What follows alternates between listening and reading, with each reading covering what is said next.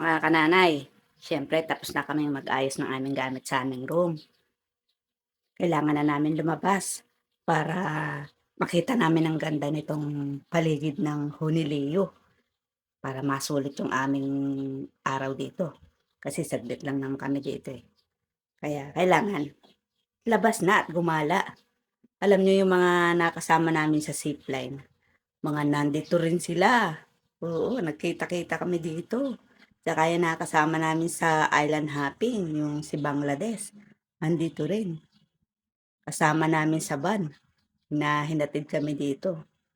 Oo, natatandaan niya kami. Mainam din pala yung nalalayo ka, nagkakaroon ka ng mga kakilalang mga Inglesero eh, no? Mabuti si Bangladesh, marunong mag-English, ano? Hindi ka mahirapan. Oh, ang ganda ng paligid dito, no? Oh, kita niyo marami din tao dito, mga kananay. Kaya iikutin muna namin to para bago kami umalis. Ay, nalibot na namin to, mga kananay. Hapon na kasi to eh.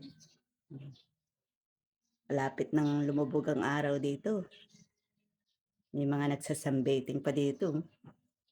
Ang ganda ng paligid nila, no? O, di ba? Enjoy, enjoy lang tayo sa buhay hanggang kaya pa ng tuhod natin. Kaya ako, sinasamantala ko na pag